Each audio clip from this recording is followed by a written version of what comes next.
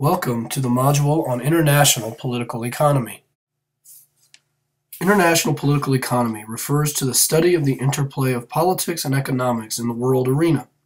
In this sense, politics refers to the set of institutions and rules by which social and economic interactions are governed. Economics refers to the system of producing, distributing, and using wealth that is employed at a particular time and place. Politics and economics are clearly interdependent. Economic forces mold political decisions, and there's a political basis for economic actions. Scholars of IPE analyze the interplay of political and economic forces in the areas of trade, monetary policy, finance, and production. The core question of IPE is what drives and explains events in the world political economy. It is important to note that to answer this question, we have to examine a wide variety of actors. Within traditional security studies, as you saw the last few weeks, power is generally seen to be centralized. States are the main actors and decision makers. Within IPE, however, it is necessary to look beyond states to corporations, individuals, international institutions, and societal organizations, such as interest groups, community organizations, and non-governmental organizations. Now, let's look at the historical evolution of IPE starting in the 18th century. Mercantilism refers to an approach to political economy where states employed trade policies designed to reduce imports and promote exports in order to accumulate gold and silver. The idea was that if a country sold more goods than if bought from abroad, then more gold would flow in, and this gold enabled states to build up their military capacities. Mercantilist states, like Great Britain and the U.S. in the 18th century, used tariffs and subsidies to protect their domestic industries. For example, Alexander Hamilton, the U.S.'s first Secretary of Treasury, argued that we needed high tariffs on foreign manufactured goods in order to support the U.S.'s fledgling industrial revolution. In their extreme forms, mercantilist states sought to be autarkic, to obtain complete national economic self-sufficiency. The main goal of this policy was to increase the state's relative wealth and power. By the late 18th century, however, ideas of mercantilism were already being challenged by the political economic doctrine known as classical liberalism. Classical liberals assert that individuals are rational actors who seek to maximize their self-interest. They contend that the pursuit of this self-interest will bring about not only individual, but also collective benefits. The state, in this sense, should adopt a policy of laissez-faire or letting the economy be. The most influential proponent of this line of thought was Adam Smith, a Scottish philosopher writing in the late 1700s. Smith wrote two classics on political economy, The Theory of Moral Sentiments in 1759 and The Wealth of Nations in 1776. In the latter, Smith makes the case that a division of labor emerges naturally in a free society. It is part of human nature that we truck, barter, and exchange one thing for another. This, he argued, was a good thing. Rational individuals should not try to do everything themselves. One person cannot effectively be a butcher and a baker and a lumberjack. It's not in the interest of individuals, and it's not in the interest of society. We need specialization. To make this point, Smith used the example of a pin maker. He explained that anyone not educated in the business, who didn't know how to use the machinery, could make maybe one pin a day. Instead, we have workers who specialize in different aspects of the production process. One person straightens the wire, one cuts it, one grinds it, etc. 10 or so people, he observed, can make about 50,000 pins a day. By producing more products, we produce more wealth. This benefits society as a whole. Smith writes, "Every workman has a great quantity of his own work to dispose of beyond what he himself has occasion for, and every other workman being exactly in the same situation, he is enabled to exchange a great quantity of his own goods for a great quantity, or, what comes to the same thing, for the price of a great quantity of theirs. He supplies them abundantly with what they have occasion for, and they accommodate him as amply with what he has occasion for, and a general plenty diffuses itself through all the different ranks of society. A free market thus emerges naturally."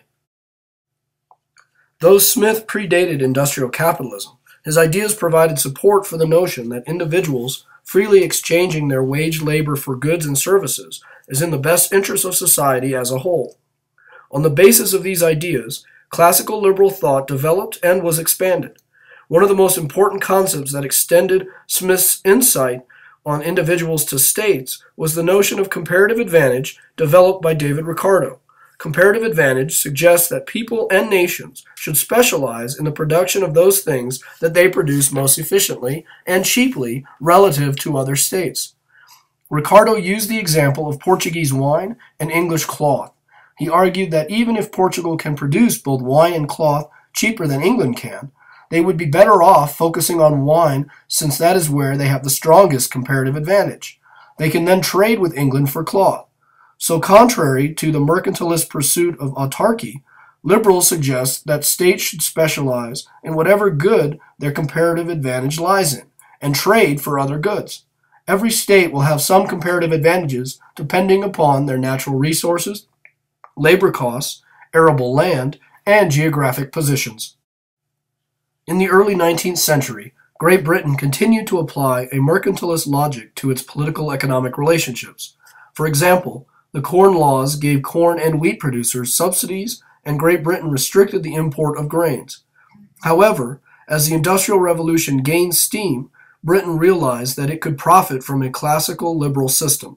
Britain provided capital for countries and firms, it lowered tariffs, opened its markets to imports from abroad, and used its powerful navy to provide safe transport for ships engaged in trading. The Pax Britannica, as the 18th century came to be known, was guided by an increasingly liberal international political economy. Liberalism, however, was not without its critics. German-American economist Friedrich List wrote The National System of Political Economy in 1841, where he argued, from a mercantilist perspective, that there are certain situations where free trade can be problematic. First, he argued that it's necessary to balance economic efficiency with social and cultural ideals. Think about the production of rice in Japan, for example. Even if Japan doesn't have a comparative advantage, rice plays an important historical and cultural role. A Japan that didn't grow rice would be like a Germany that didn't produce beer, a France that didn't make wine or cheese, or a U.S. that didn't make cars. Second, states need to remember that economic dependence can, in some situations, lead to political dependence. Take, for example, the production of steel. Having steel is an economic and military necessity, so List argues that not producing it can give another country economic and political leverage over the non-producing state. Oil is another example. Think, for example, of how OPEC states have turned that economic dependence the rest of the world has on their oil into political power. Third, List argues that when a state first produces a good, it will be difficult for that state to compete with established producers. They may not have the same technologies. They probably won't produce it as efficiently. They don't have the same economy of scale. For that reason, many states attempt to protect their infant industries. The U.S. did this with textiles in the early 1800s. Finally, List pointed out that individual interests and national interests do not always seamlessly converge as liberals say they will. Let's say we have two t-shirts. One is $5 and made in Singapore.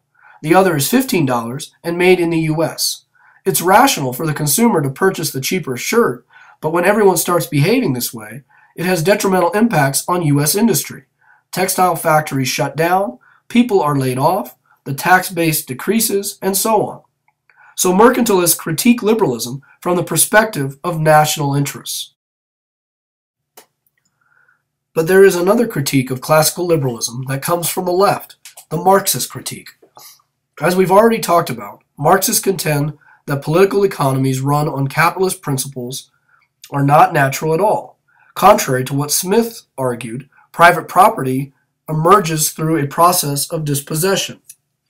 For example, in England, private property only emerged when peasants were forcefully removed from the commons. In addition to alienating workers and perpetuating class divisions domestically, the adoption of classical liberal ideas has international implications. Lenin, for instance, famously developed the concept of imperialism.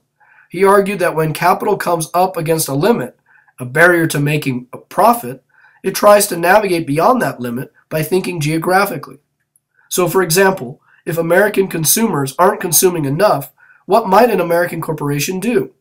According to Lenin, they would seek out new markets, new laborers, and cheaper access to raw materials abroad. This is precisely what happened during the era of colonization. European states needed raw materials found in their colonies to fuel industrializing economies. Despite these critiques, liberal ideas remain dominant. As we'll talk about in class, however, over the course of the 20th century, classical liberalism morphed into a much different form referred to as neoliberalism.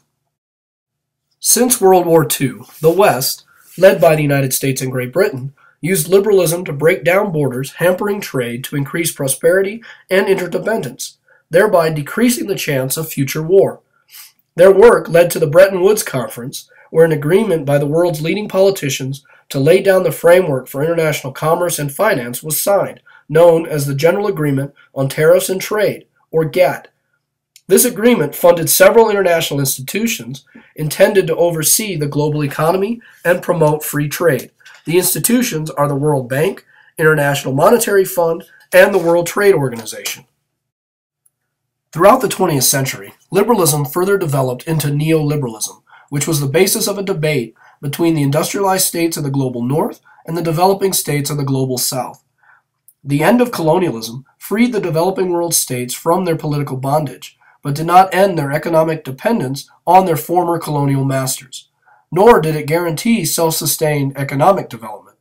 The proliferation of new nations led to increasing calls for recognition of special problems faced by newly independent countries.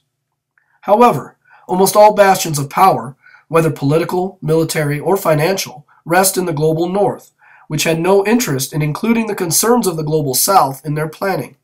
Many developing world leaders believed that international economic institutions, such as the IMF and GATT, were deeply biased against developing states in their global distribution of income and influence.